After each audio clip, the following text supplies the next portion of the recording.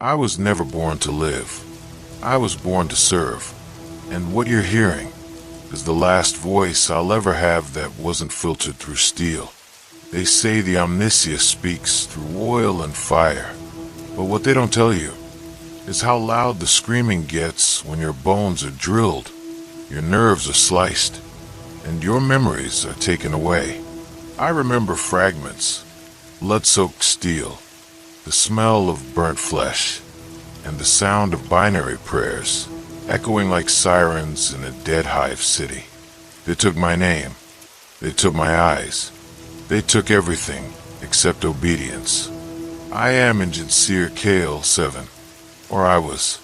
Now I am a cog in the Imperium's endless machine, a machine that runs on bodies, millions of them, every day, and I ensure it never stops turning. This is not a story of glory. This is not a sermon of salvation. This is a war report from the inside, because people think the tech-priests are cold, mechanical, above the filth of war. But that's a lie. You want to know what we really are? We are made of rust and nerve endings. We kneel in the mud, soldering open tanks while the air burns. We feel pain. We feel it always.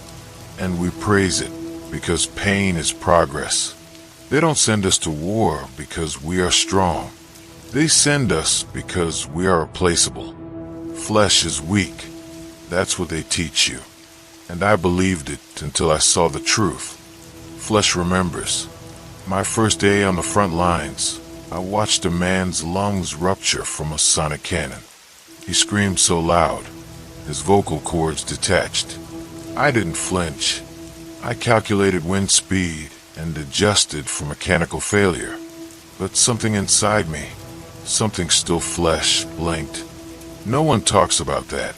About what happens when a machine fails and you're still inside it. About what happens when you kneel to repair a Lehman Russ and a stray lost bolt tears through your servo arm and your auto-injector floods you with stims while you hold in your own intestines with a cogitator cable. We tech-priests aren't warriors.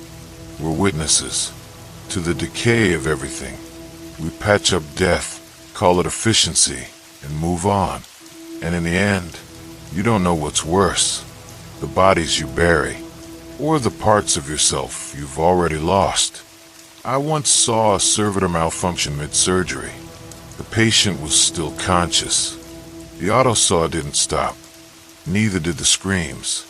The muggos overseeing it didn't intervene. He said, "The ritual must be completed. Flesh is a temporary inconvenience." I nodded, but something inside recoiled. The last pieces of my original spine tingled, not from malfunction, from horror. You stop questioning, because questions lead to punishment, correction, reprogramming, memory deletion. I've had it done twice, or maybe more. Sometimes I remember a name that isn't mine, a voice I don't recognize, a child's laugh, a sister, a mother, then it fades, like static, like interference. You learn to shut it out.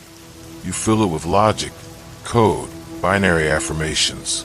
You pray to the machine god, not because you believe, but because if you don't, you'll lose what little remains. I've rewired my own heart, replaced my lungs with pressurized oxygen converters. My blood is half coolant, my skin a memory, and yet, when the war sirens blare, when I smell promethium and rust, I still feel fear. Even stripped of flesh, fear lingers. You want to know what horror is?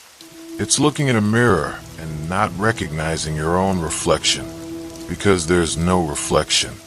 Only metal, only orders, only function. This is my confession, my transmission, my final log entry before my memories are purged again. Because I wasn't supposed to feel regret, but I do, and the machine god doesn't forgive. Before the wires, before the prayers, I was just a boy in Hive Tarsus, You won't find that name on any sanction map. It was classified after the uprising. A penal hive, built on forgotten industry and buried corpses. The kind of place where the air was thick with chemical fog, and the gutters ran with oil and blood. Where you learn two things early: how to obey and how to survive. My mother worked in the reclamation pits, barehanded, pulling scrap from the remains of crushed machines. Every day she'd come home with bleeding palms and a coughing fit that never stopped. I remember once, I must have been 8. She handed me a gear, rusted, jagged, worthless. But she looked me dead in the eye and said, "This fed us today. Worship it." That was the first time I ever prayed. Not to the Omnissiah, not to any god, just to the machine, that it wouldn't kill her. My father? I never knew him. Some say he was executed for stealing rations. Others say he sold his own organs to pay off a debt. In Hive Tarsus, either answer made sense. I scavenged to survive. Cogs, cables, scrap parts from servitors that wandered too close to the waste zones. One time I found a half-melted logic engine and rewired it to power a heat lamp in our hab block. It kept us warm for 3 days. The local enforcers took it, said it was Mechanicus property. Broke my arm for good measure, but someone else noticed. A man in crimson robes, pale bald, no eyes, just sockets glowing red with augmented vision. He watched me from the shadows as they beat me. Said nothing, just watched. The next day, 2 Scutarii came to our block. They didn't ask. They didn't knock. They dragged me out of my cot and handed my mother a data slate. She didn't cry. She just nodded. I never saw her again. The slate said inducted Adeptus Mechanicus, subcohort, Enginseer cadre candidate. It may as well have said removed from humanity. At first, I thought it was salvation, a way out of the hive, a future beyond grime and starvation. I didn't know what I was walking into.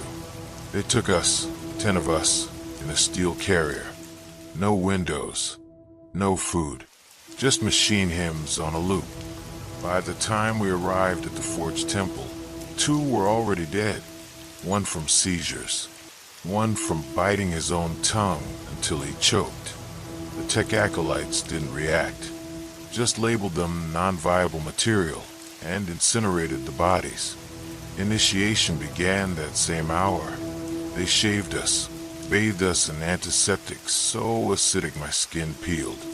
Then came the needles, hundreds of them, injecting nanites, electrolytes, viral logic strains. My head felt like it was on fire for days. I couldn't sleep. My dreams were filled with circuits and screams. Then came the lessons. Not history, not culture, just schematics, code, litanies, the chants of the machine god, not spoken in words, but in binary. You were punished for speaking aloud. The flesh was considered inefficient. The voice, a tool for the unenlightened. So we learned to be silent, to let the code flow through us. But some resisted. One boy, Martin, cried at night. He whispered his mother's name. They took him. We never saw him again. All they left was his robe, folded neatly on his cot, with a single cog placed on top. I stopped dreaming after that. The surgeries began when we turned 13. The first was the ocular replacement. They carved out my organic eyes and implanted optic sensors. The world became lines, readings, spectrums. No color, no warmth, just data. Then came the spinal enhancements, the servo slots, the cranial port. Each operation stripped something away. Pain was constant, but worse was the silence that followed. You couldn't scream. They disabled your vocal cords until your mind accepted the pain as instruction. And the worst part, you thanked them for it. Because the deeper the pain, the closer you were to divinity. They said we were blessed, chosen to rise above our flawed biology. But late at night, when the implants buzzed and your mind echoed with static, you didn't feel chosen. You felt hollow. One day, they made me repair a servitor that still had pieces of its face intact. Human lips stitched shut, one eye wide with frozen terror, and yet it moved, obeyed, served. That was the moment I realized, this is what I would become. Not a priest, not a savior, a tool, polished, programmed, obedient, and I accepted it, because the alternative was nothing. The first sacrifice wasn't my hand, it was my name. They erased it from the temple records, burned the data slate, reformatted my neural logs. From that day forward, I was designate KX 7749A Enginseer aspirant, not a person, a project. The second sacrifice was my reflection. It started with the fingers. They replaced the flesh with chrome, 6 digits, multi-articulated, capable of rotating 360 degrees. Precise, efficient, but I couldn't feel touch anymore. No heat, no cold, no skin to skin. They said that was a gift. Pain sensors were muted, not eliminated, muted. They needed us to feel just enough to understand damage, but not enough to hesitate. One mistake and you hesitate. One hesitation and you die. And worse, you fail the machine. The third sacrifice, emotion. They restructured our neurochemical output, suppressed dopamine, serotonin, love, desire, fear. I didn't notice it right away, but one day I saw another aspirant collapse during surgery. He was shaking, convulsing, sparks flying from a broken cranial port. I just watched, didn't feel fear, didn't feel anything, and that scared me more than anything else. When he died, no one reacted. They just logged it as organic incompatibility, and I kept going. The worst sacrifice was the silence. You don't realize how much you rely on your voice until it's taken. They removed my larynx, said it was inefficient, sound wasted energy. From then on, communication was binary stream only. I could scream, but no one would hear. Not that screaming helped. One implantation session lasted 12 hours. No anesthetic, no delay, no rest. My chest was open while I was conscious. They inserted a plasma core relay directly into my heart cavity. I watched smoke rise from my own ribs. The pain was unbearable, and they monitored it. If you passed out, you were weak. If you screamed, you were impure. If you endured, you were worthy. I endured, barely. And I remember one moment mid-procedure where I saw myself reflected in the polished tool arm above me. Half my skull was exposed. My eyes were glowing, and I thought, this is beautiful. That thought haunted me for weeks. They reward obedience with upgrades. They call them blessings. A neural data spike in the spine, a voice modulator, a targeting relay in the occipital lobe. I earned mine when I reported another aspirant for hiding a flesh relic, an old metal ring with a woman's name inscribed on it, his mother's. They dragged him away, screaming. I was promoted, and I didn't even feel guilt, just pride, just cold, logical pride. By the end of my first year, only 3 of us remained, from over 50. The rest had either died, been repurposed, or disappeared into silence. They called us refined matter. I looked into the mirror one day and realized I hadn't blinked in weeks. My heartbeat was synthetic. My mind processed faster than speech. But I didn't feel like a god. I felt empty, and that emptiness was exactly what they wanted, because flesh is chaotic, and the machine hates chaos. It doesn't happen all at once. You don't just wake up one day and stop being human. No, it's slower than that. Quieter, like rust spreading through a circuit board. I remember walking past a mirror in the forge sanctum. For a second, I thought someone else was behind me. Tall, thin, metal limbs, tubes for a neck. But it was me, and I didn't recognize my own eyes. Not because they were augmetic. I'd had those for months. But because behind the lens, there was nothing. No spark, no soul. Just input and output. They say the machine is perfect, that it purifies, refines. But what they never say is that it erases. You start to forget little things first. The sound of your own voice, the way your hands used to tremble when you were cold, the taste of food, the color of your mother's eyes. Then the bigger things vanish. You forget your dreams, your regrets, your name. I only realized how much I'd lost when I couldn't remember the face of the boy who shared my cell for 3 years. He died during spinal fusion, screamed until his throat bled. I didn't even flinch. And now, I can't even recall his name. He was my friend. I think the instructors praised us for it. Said memory was inefficient. That emotion compromised logic. That every tear shed for the flesh was a betrayal of the machine god. So we smiled, or we would have, if we still had mouths. We submitted. We complied. We became quiet. Not silent quiet. There's a difference. Silence is a lack of sound. Quiet is obedience. It's standing in line for 20 hours, waiting for your next implantation, with cables running from your skull into the feed ports, your body locked in restraint clamps, and no one says a word, not even in thought, because we've been trained not to think, just to act, to serve, to function. They say we still have a choice, that free will is preserved under the Omnissiah. But they never tell you what happens when your thoughts are filtered through 6 layers of machine code before you even feel them.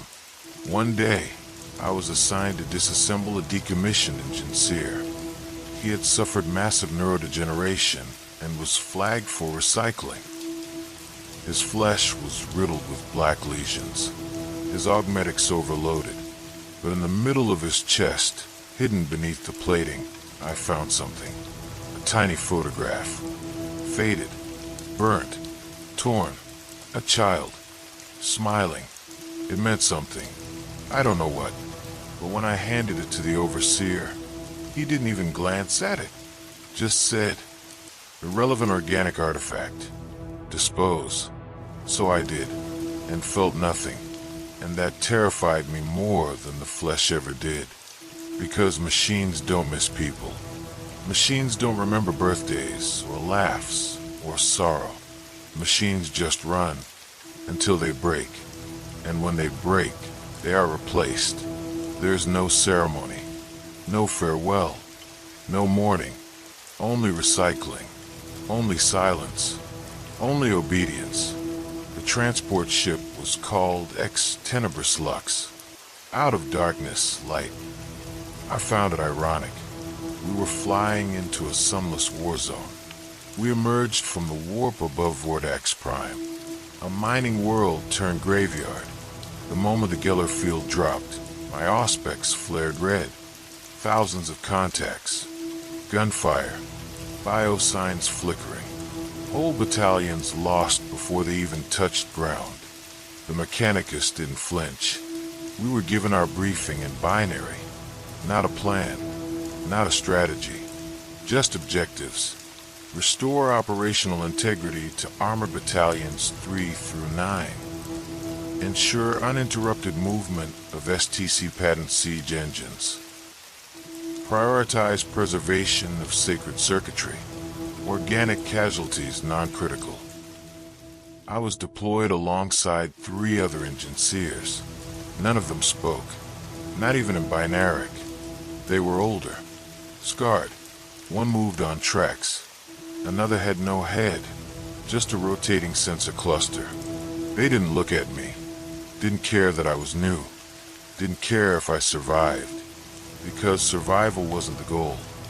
Function was. Our lander touched down amid chaos. Shells rained from the sky like burning thunder. Basilisks fired from trenches already filled with the dead. Ogrins charged through craters. Lost guns chattered like insects. And above it all, the howling of engines, screaming machine spirits barely held together by faith and broken code. It was unlike anything I had been trained for.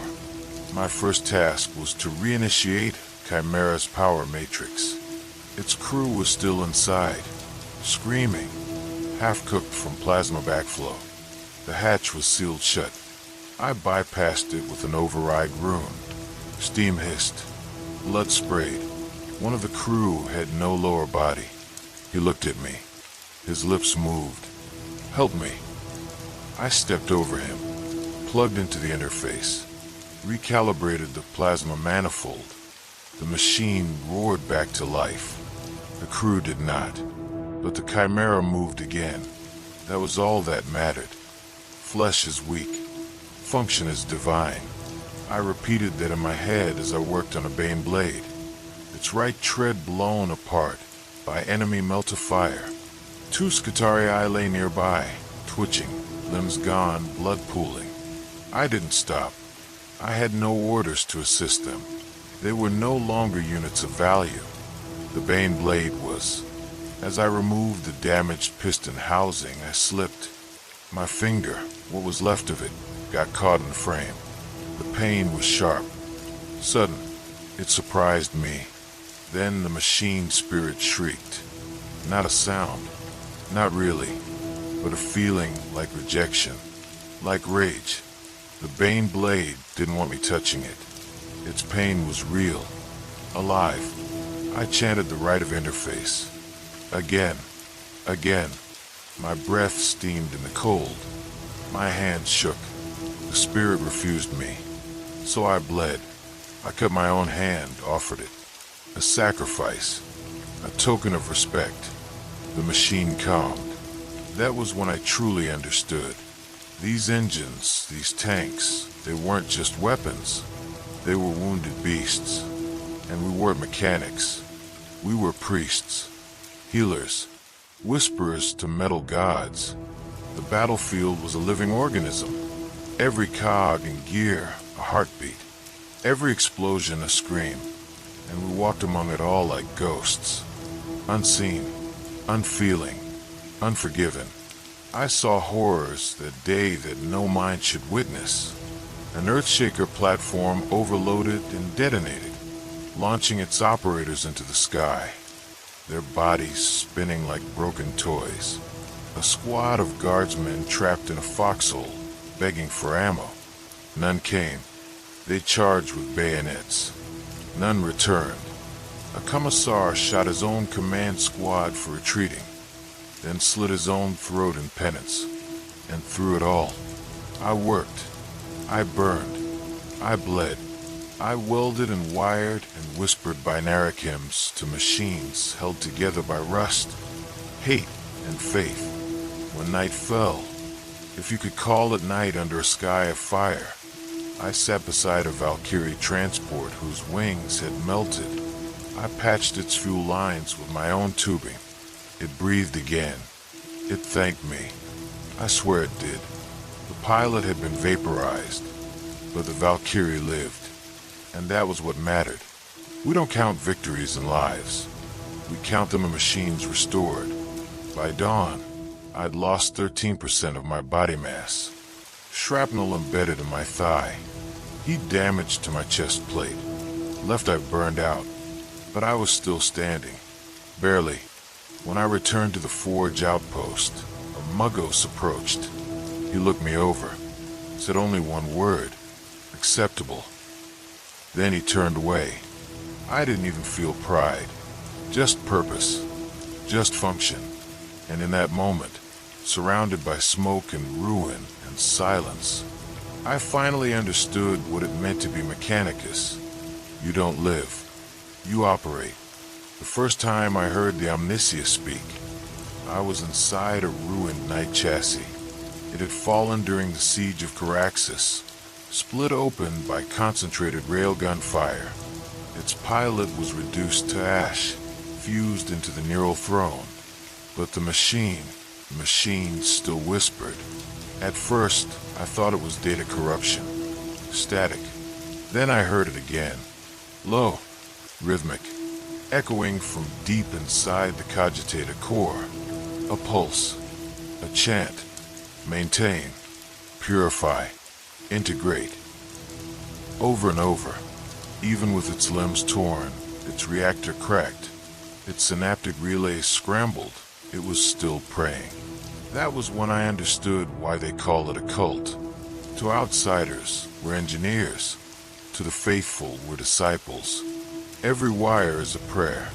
Every repair, ritual. Every ignition sequence, a litany of rebirth. We do not fix. We cleanse. We do not build. We ascend. The Omnissiah is not a myth. Not to us. He is the machine god. The divine intelligence behind all knowledge, hidden in circuitry, waiting in voltage. And when we work, we commune. You don't just turn on a tank. You anoint it with sacred oil, blessed in the name of Mars. You chant the initiation of spark. You burn incense to calm the machine spirit.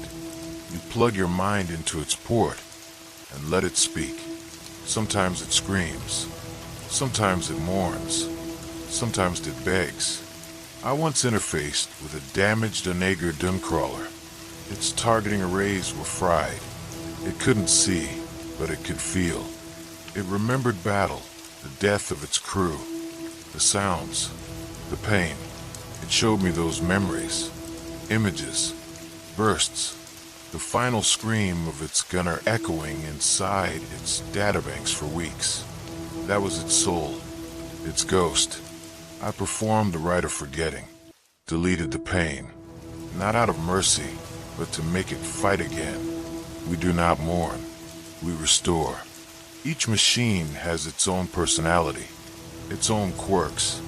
Some prefer certain chants. Some react better to specific tech priests. I knew one Enginseer who could only operate a Hydra flak tank after reciting the canticle of unshackled vengeance precisely 99 times. If he got it wrong, the turret jammed. Coincidence or faith? We don't ask. We don't dare, because logic has limits. And beyond those limits is divinity. The older I got, the more I stopped seeing machines as tools. They became companions, witnesses, sinners and saints. I had more in common with a damaged lost cannon than with a living guardsman. Humans fear the warp. They fear demons, sorcery, mutation. But we fear corruption, rust, code decay, feedback loops, unholy programs. These are our heresies. I once saw a junior tech adept executed, not for sabotage, not for failure, but for using unverified code in a weapon diagnostic. The punishment was disassembly. His parts were sorted into bins. His brain reduced to a logic cube, reused. Nothing wasted, nothing forgiven. We keep our rituals strict because the machines remember. And when they grow angry, they malfunction. And when they malfunction, they kill. You think a malfunctioning plasma reactor is just a broken part? No, it's a desecrated shrine. A sin that must be atoned for. We sing, we chant, we pray not because it helps the circuitry, but because it calms us. Because deep down we know we're not in control. We never were. The Omnissiah isn't something we created. He's something we're trying to reach. Line by line, wire by wire, we're building a path back to him. But no matter how many limbs we cut off, how many implants we insert, how many memories we erase, There's always that one truth that haunts us in the dark corridors of the forge. What if we never hear him again? I used to think machines were immune to fear, that their purity, their logic, made them unshakable. But then came Trench Gamma 4, and I learned even machines can scream. We were deep inside the Braxis wastes, a frozen hell world lit by nuclear storms and the glow of orbital fire. The enemy had breached our outer line. Chaos, not just heretics, not just rebels. True chaos, warp-touched, insane, twisted by the dark gods. Their engines bled, their tanks bled. Metal and flesh fused into unholy shapes, abominations powered by agony and witchcraft. We tried to interface with a captured predator tank. Its machine spirit wailed in frequencies that cracked our audio implants. One of our team, Enginseer Valen, 32, bled from every orifice and died laughing. We purged the tank, set it aflame. It didn't stop moving until we crushed its core with a thunderstrike gauntlet, and even then it gurgled. I stopped sleeping after that. Not that we really slept anymore. Sleep is inefficient. We take regenerative stasis in cycles, but I kept waking from dreams. Dreams of gears turning inside my chest, replacing my heart, grinding it down into ash. The war became endless. There were no days, just blinks between screams. Every hour, new casualties. Chimeras exploded with crew still inside. Lehman Russ tanks screamed as their barrels melted mid-volley. I once had to interface with a basilisk mid-firing sequence, manually reprogram its firing pattern with my neural cable while it fired round after round. Each shot felt like a hammer slamming into my skull. My nose bled, my vision fractured, but I didn't stop, because if I stopped, 200 guardsmen would die, and that was considered acceptable. I watched a fellow Enginseer get vaporized 1 second. He was beside me. The next, a hole in reality swallowed him whole. No blood, no remains, just gone. The Mechanicus logged it as unplanned warp event. No mourning, no ceremony, just replacement. Always replacement. The most horrifying part wasn't the chaos beasts. It wasn't the dying. It was the malfunctions. When a Bane blade refused to fire because its spirit remembered a previous crew. When a servitor turned its gun on its own squad because a corrupted prayer was recited. When a data plague swept through our Vox systems and infected us, not the machines, us. One by one, Tech-Priests collapsed, screaming binary gibberish, tearing out their own augments.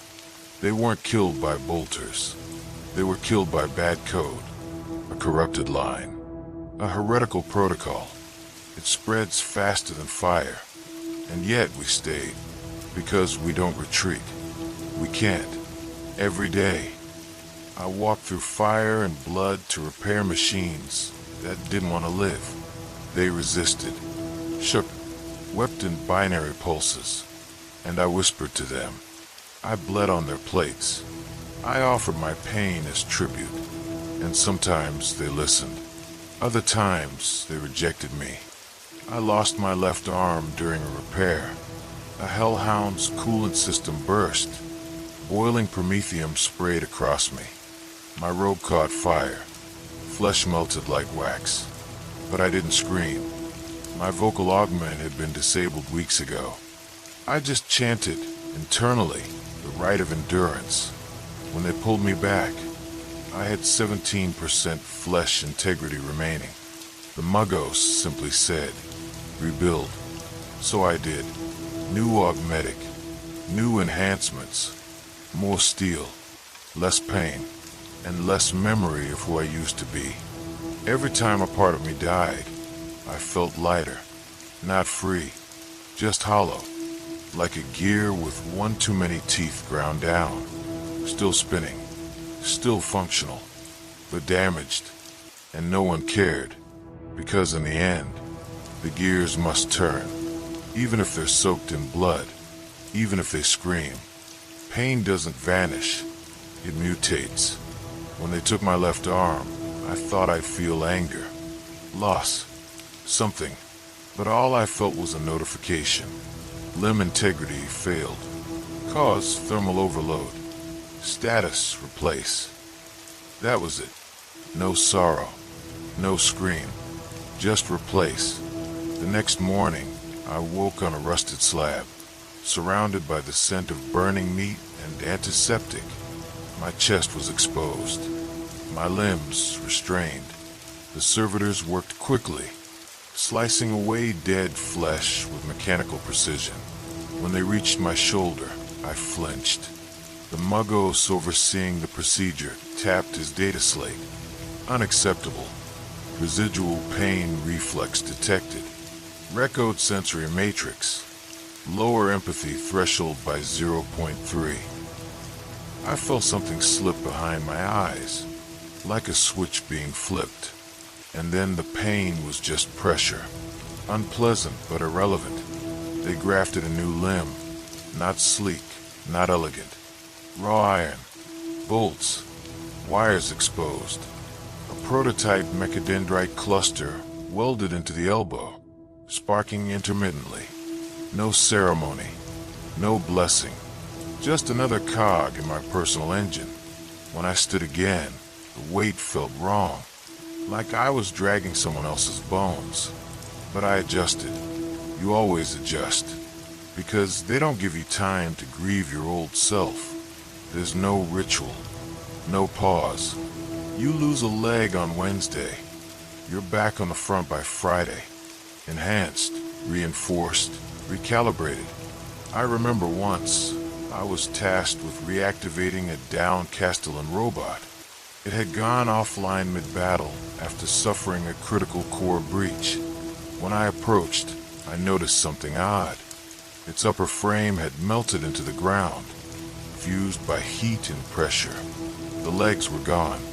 One arm twitched, but its optics still glowed faintly, flickering in binary patterns. It wasn't dead. It was waiting. When I linked in, I was overwhelmed. The robot's memory core was filled with trauma. Hundreds of recorded deaths, screams, battle sounds, panic commands. It remembered them all. It didn't want to fight again. It refused.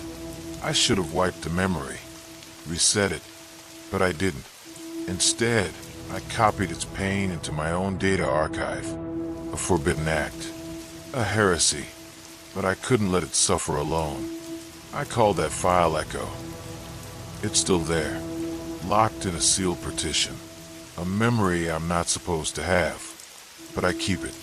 Because sometimes, in the silence, I replay it. And I remember that machines feel, in their own way. And so do we. Even when we pretend we don't. Every wound they gave me became a blessing. That's what the Tech-Priests call it. A loss. That's a sign the flesh was weak. An explosion. The Omnissiah making room for something better. Pain. The soul being refined by the machine god's fire. They say suffering is a sacrament, and we bled like martyrs. I've replaced 61% of my original body. Left leg, now reinforced titanium. Ribs, carbon fiber lattice. Spine, segmented alloy with synaptic dampeners. Heart, half organic, half power cell. There's a rhythm in my chest that sounds more like a generator than a pulse. And my lungs? Gone. Replaced by a twin-turbine oxygen compressor, designed for high-toxicity environments. I can breathe smoke, ash poison, but I can't laugh, can't sigh, can't smell the things I used to. One day, I caught a reflection of myself in the oil pool beneath a chimera. I saw what I had become. No skin, no hair, no eyes.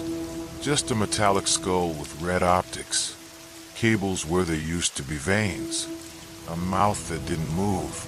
just emitted filtered audio. And still, I kept serving, because to stop serving is to be decommissioned.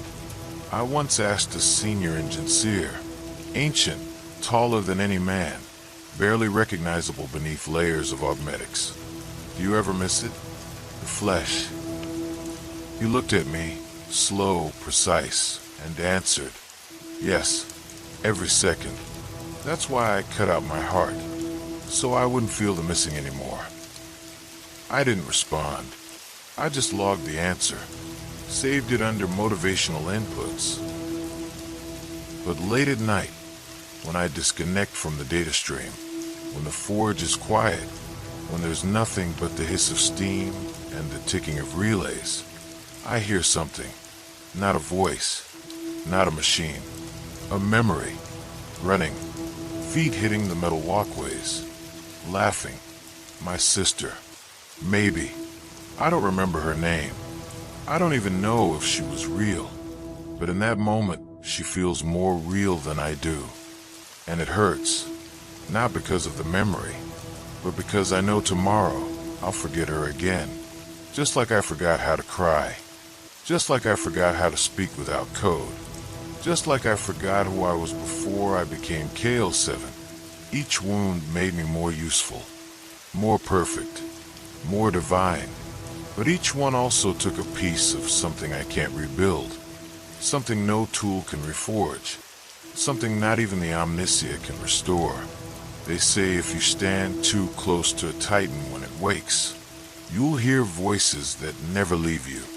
They were right. The Magnificat Bellum was over 30 meters tall. A Reaver-class titan.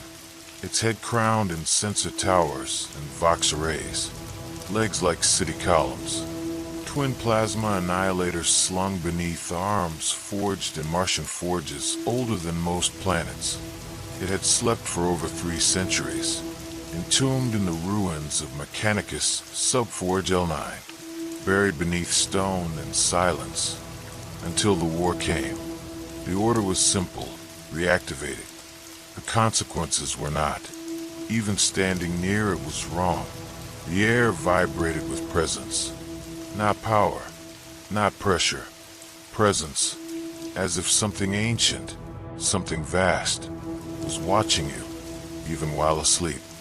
I wasn't the only one sent. 3 Enginseers, 2 Magi, 1 Lex Mechanic to decode the awakening rites. We thought we were prepared. We weren't. The moment we entered the Titan's inner sanctum, our Vox feeds distorted. Not static, not interference. Whispers. At first, we thought it was bleed through from a corrupted Vox line. But then one of the junior Enginseers collapsed. Eyes rolled back, skin blistering. His last words caught in binaric echo. It's watching. It's awake already. And then he burst. A shockwave of psychic feedback exploded from his skull, vaporizing half the right script he carried. That was the Titan's hello. You see, Titans aren't just machines. They're souls forged into steel, each one bonded to its princeps. A commander whose mind becomes one with the engine. But when the princeps dies, and the Titan remains, its soul is left alone. And that loneliness festers, becomes hunger, rage, memory. We didn't just wake it, we summoned it. The activation rites took 19 hours. We recited the Liturgy of Restoration 400 times, anointed the synaptic interfaces with sacred oil extracted from Martian data crypts. Each servo had to be re-blessed. Each logic engine resynced with the noospheric tide. The Titan resisted. Its reactors groaned. Its voice box emitted howls that shattered Voxcasters. The walls bled oil. Symbols we didn't carve began etching themselves into the steel. One Magos began to shake uncontrollably, whispering an older tongue, pre-Imperial. We euthanized him. Fast. When the final chant was spoken, and the machine spirit was stabilized, I was chosen for interface. Not because I was the best, but because I had the least to lose. The neural plug was the size of my spine. They inserted it directly into the back of my neck. I stopped breathing. My heart stuttered. My vision vanished. And then I was the Titan. Imagine your thoughts expanding beyond your skull, stretched across miles of steel. You feel the pressure of every bolt, the hum of every capacitor, the weight of your own footfalls capable of crushing tanks. You see in 1,000 spectra at once, infrared, ultraviolet, radiation mapping. You taste ozone. You hear seismic shifts miles below. You smell fear, not your own, the enemy's. Your mind floods with past battles. The Titan remembers. Cities leveled, millions burned, a princeps screaming in victory, then in agony, then silence. His death lingers, his last emotion encoded into the very data nerve I now inhabit. It hurts, not in the body, in the soul, like someone screaming inside your own mind, begging not to be forgotten. I screamed back, but the Titan didn't listen. It moved, and so did I. We took our first step in sync. A tremor spread across the land. I raised the plasma annihilator, locked onto a cluster of enemy tanks, targeting data aligned. Fire sequence approved. I blinked. They were gone. Nothing but ash. I was a god, and it terrified me. Not because of the power, but because it felt right. It felt like home. The Titan spoke in pulses of thought. More. Give me more. They must all burn. I complied, because that's what we do. We obey. We walk as gods, but we kneel as machines. And in the deepest part of my mind, I felt something break. The part that used to ask why. The part that used to fear death. Gone. All that was left was purpose. And fire. When I finally disconnected, I collapsed. My body was steaming. Nerve connections burned out. One eye exploded from feedback. They called it a successful interface. I call it annihilation. Not of the enemy. Of myself. They don't need you to believe. They just need you to forget. After the Titan campaign, I was called to Mars. Not as a reward. Not as an honor. As a problem. Subject Kale. 7 displays behavioral anomalies. Emotive residue detected in post-interface logs. Potential self-awareness drift. They never said what that meant, but I knew. I had felt too much. Responded to pain. Logged forbidden memories. That made me inefficient. So they gave me an option. Purge. Or be repurposed. Purging meant neural cleansing, deletion of subjective memory, emotional tags, autonomous thought clusters. Repurposing meant dismantlement, function recycled. I chose purge, because even then, I still wanted to serve. They strapped me to a steel cradle.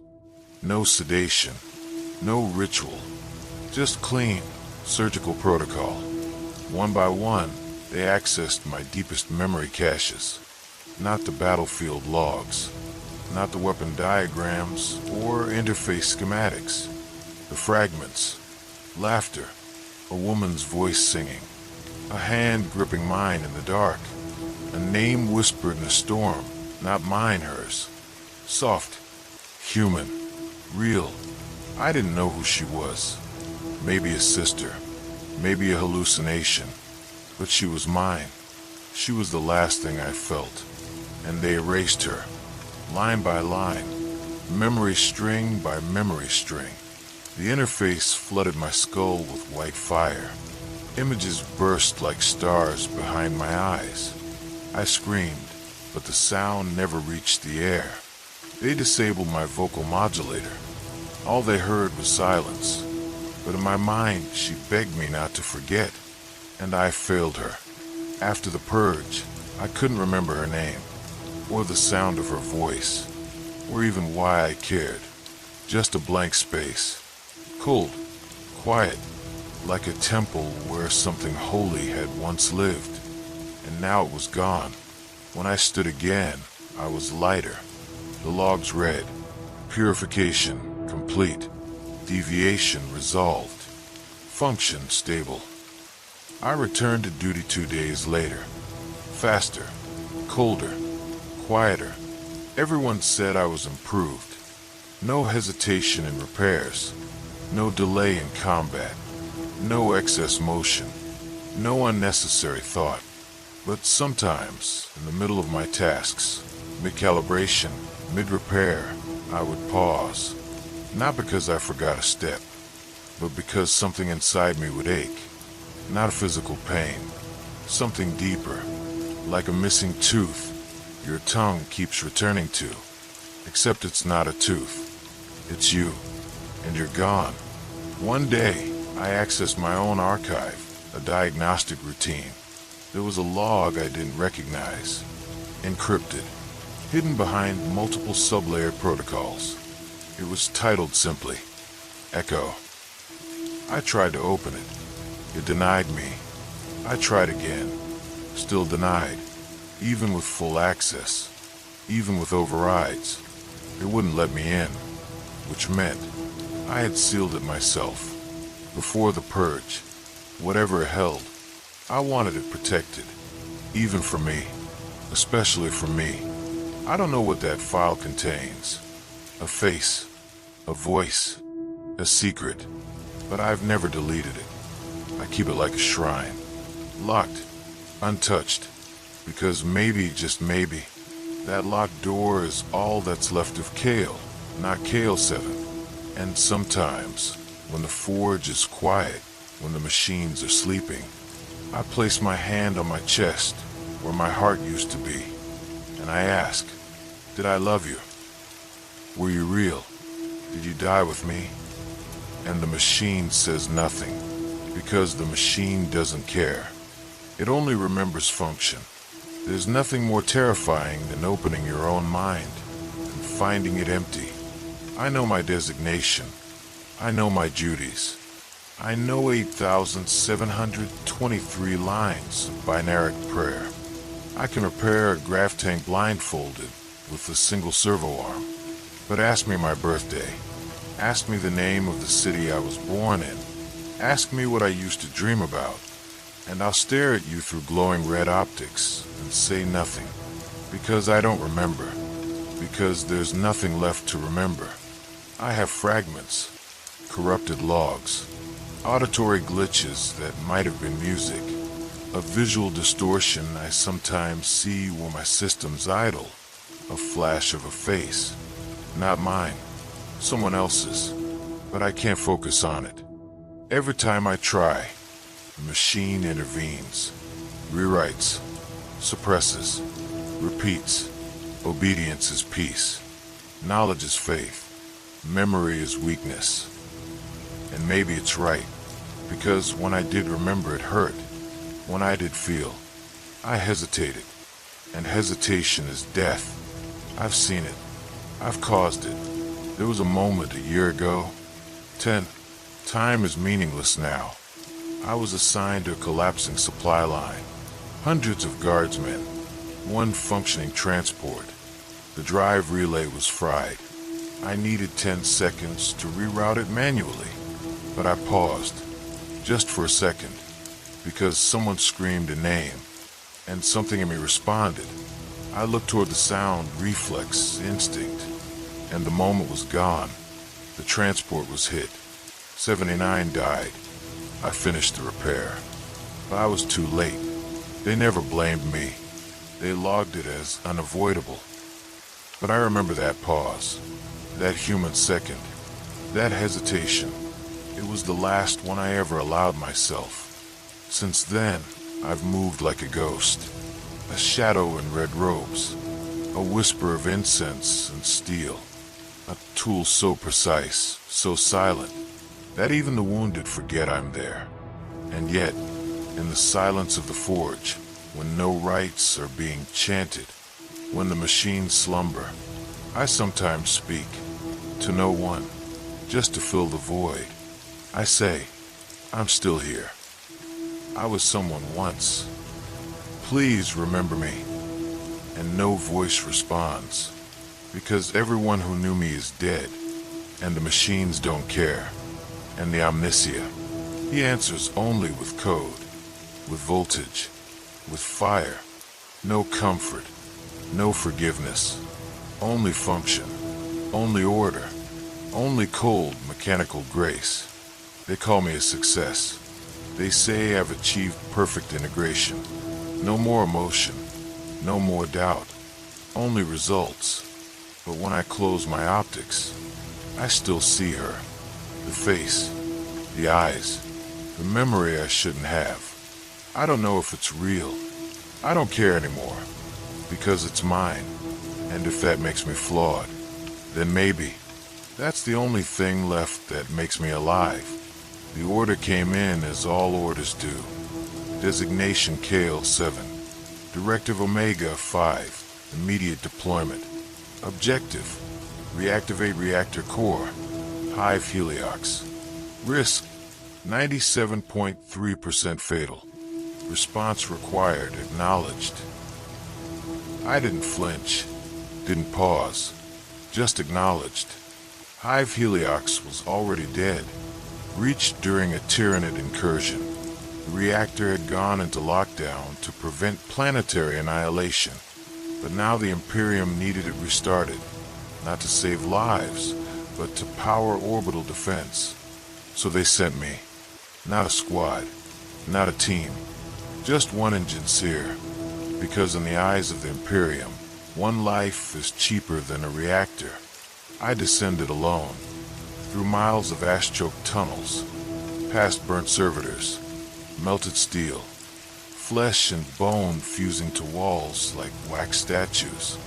The air was poison, the heat unbearable. Radiation climbed beyond lethal levels in minutes. I walked through it like a ghost. My flesh sizzled. My augmetics screamed. I had to override multiple damage alerts just to think straight. And yet, I kept moving, because that's what we do. We obey.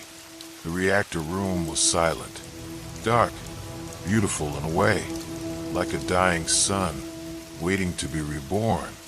I approached the core interface. It recognized me, logged my presence, asked for confirmation. I placed my mechadendrite into the port, and then it asked the final question. Confirm final directive execution. This will result in terminal exposure. Do you wish to proceed? I paused, not from fear, not from doubt, but because, for the first time in years, no one was watching. No muggos, no overseers, no purity checks, no prayers being judged, just me, and a choice. And in that moment, I remembered, not everything, not clearly, just enough. A child's laugh, a name whispered in the dark, a promise I must have made, a life I once had, something fragile, human, something worth protecting. So I did something I wasn't supposed to. I recorded a message. This message, the one you're hearing now. I stored it inside a secure cogitator node, buried it beneath encrypted layers, set it to auto-broadcast on loop once my vitals flatlined. Why? Because I wanted someone to know that once there was a man named Kale, that once there was a soul beneath the steel, that once, even in the cold, obedient heart of the Imperium. I remembered. Then I pressed the final rune. The reactor roared. Power surged. Systems rebooted. The core lit like a second sun. My skin cracked. My blood boiled. My systems failed one by one. But I held the connection. Until the end. Until there was nothing left but silence. Now all that remains is this voice. A flicker of data echoing through the void. Not a weapon. Not a tool. Not a cog. Just a memory. Just a whisper of a man who remembered what it meant to choose. If you're hearing this, then I'm already gone. My systems failed 46 seconds after reactor stabilization. Heat exposure exceeded critical thresholds. Neural functions terminated. And yet, this message plays. A data echo. A final function. A voice without a body. I don't know who you are. A tech priest. A soldier. A scavenger sifting through dust. Or maybe just someone who wanted to know what we were. What we gave. What we lost. Let me tell you. We weren't born to be monsters. We weren't forged as machines.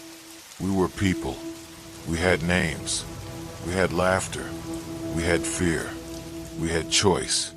Until the machine god took that from us, one implant at a time. Until obedience became more natural than breathing. Until silence became comfort. They taught us that flesh is weak.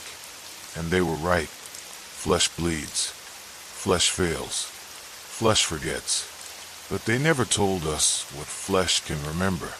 The feel of another hand. The sound of a human voice. The pain of loss and why it mattered. Those aren't errors. They're not inefficiencies. They're the last things that made me me.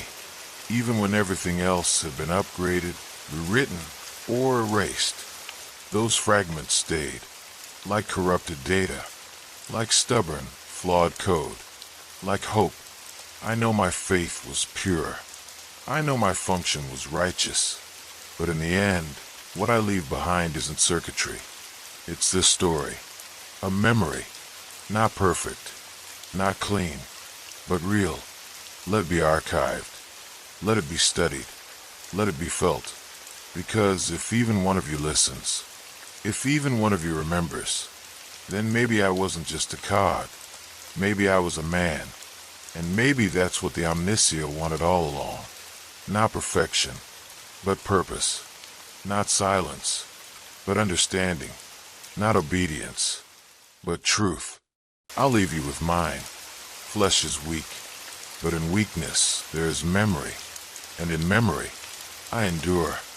If this story reached you, if it made you feel something, then honor Kale. 7 by doing one simple thing.